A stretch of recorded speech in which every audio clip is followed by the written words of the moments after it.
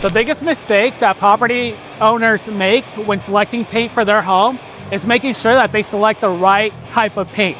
There's many different types of substrates like wood, cement, metal, and they all use different type of paints. So selecting a painting contractor that knows which paint goes where is very important.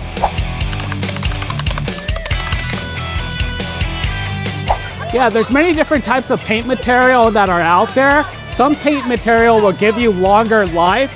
They'll also cure a lot harder than other types of paint material too. So this can be the biggest factor in making sure that your project will last you 2 to 3 years versus 5 to 6 years.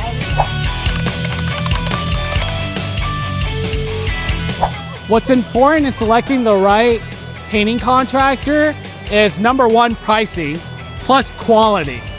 Different contractors prep substrates in a different way, so selecting a painting contractor that knows how to prep a certain area will make your projects last a lot longer.